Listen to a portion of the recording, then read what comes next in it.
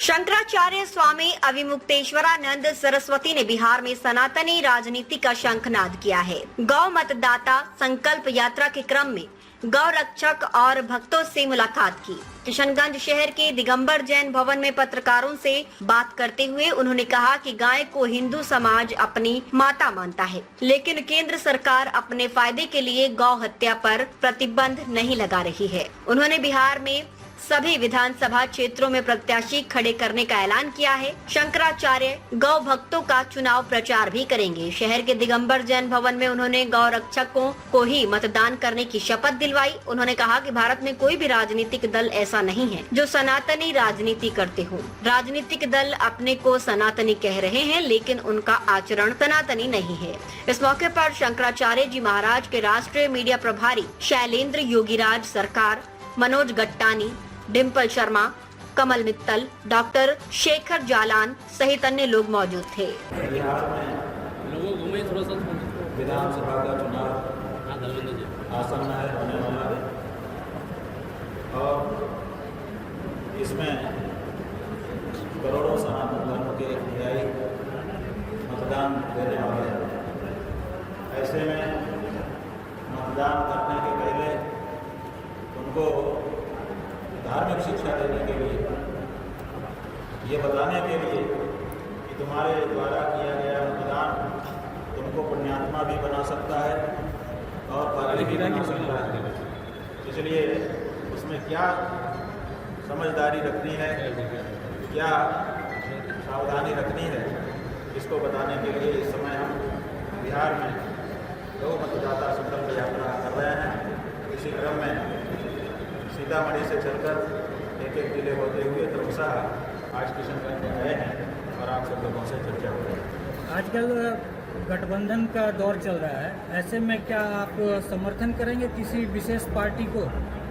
देखिए, गठबंधन दो तरह का है। एक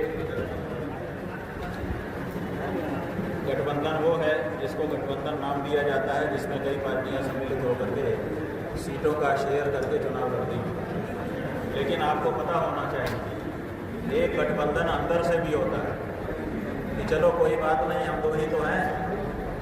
जो जितनी पार्टियां थी, किसी को मजबूर कर दिया कि तुम इस गठबंधन में चले जाओ, किसी को मजबूर कर दिया कि तुम इस गठबंधन में चले जाओ।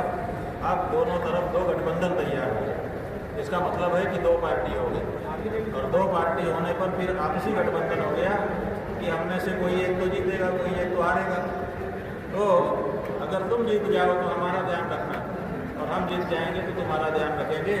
इसलिए अंदरूनी ऐसा गठबंधन करके इस समय पार्टियां काम कर रही हैं और इससे जनता परेशान हो रही है, क्योंकि जनता किसी भी गठबंधन को जिता देती है, उसके हाथ तो कुछ लगता ही नहीं है। हर गठबंधन एक ही रास्ते पे चलता हुआ दिखाई देता है। आप समझिए कि गौ रक्षा एक ऐसी मांग थी जो आज़ादी के पहले से ही इस देश में विद्यमान थी। जहाँ जाओ, जब किसी से पूछो तो कहता है हम गौ रक्षा चाहते हैं। जब पूरा देश गौ रक्षा चाह रहा है तो फिर क्या कारण है कि ये गठबंधन चाहे वो गठबंधन, कोई भी गठबंधन जब गौ रक्षकों का ही वोट लेकर के सत्ता में आ रहा है, उसके बाद भी क्यों नहीं गौ रक्षा के लिए कानून बना रहा है? और इतना ही नहीं, अगर सत्ता में रहने वाला गठबंधन गौ रक्षा का कानून नहीं बना रहा है तो फिर जो सत्ता से बाहर विपक्ष में बैठा गठबंधन है, वही क्यों नहीं कहता है कि ये जनता की मांग है, इसलिए आप लोग कानून बनाइए, हम प्रस्ताव कर रहे हैं। तो गौ रक्षा पूरा देश चाहता है, लेकिन ना तो पक्ष ना तो विपक्ष कोई भी इस तरह के मामले में खुल करके बोलने तक को तैयार नहीं है, कानून बनाना तो दूर। इसका मतलब है कि ये सारे गठबंधन जनता को मूर्ख बना रहे हैं। आप गौ रक्षा इसीलिए हम चाहते हैं कि अब जो सच्चे सनातन धर्मी हैं वो सच्चे सनातन धर्मियों को आगे लेकर के आए, ताकि वो सत्ता में धीरे धीरे आगे बढ़ते हुए जाएं और जब वो जाएंगे तो सनातनी भावनाओं को समझेंगे और सनातनी निर्णय होंगे।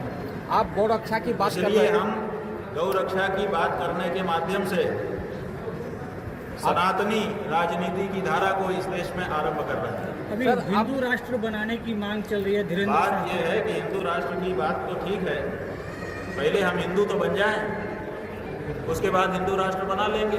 आप बताइए, जब हम हिंदू होंगे तो हमारा राष्ट्र हिंदू राष्ट्र हो जाएगा कि नहीं हो जाएगा? लेकिन असलियत ये है कि हम हिंदू ही नहीं हो पा रहे हैं, क्योंकि हम गौ रक्षा तो कर ही नहीं पा रहे हैं। और जब तक हम गौ रक्षा नहीं करते तब तक हम अपने आप को हिंदू कैसे कहते हैं? इसलिए पहले हमको हिंदू होने की ज़रूरत है।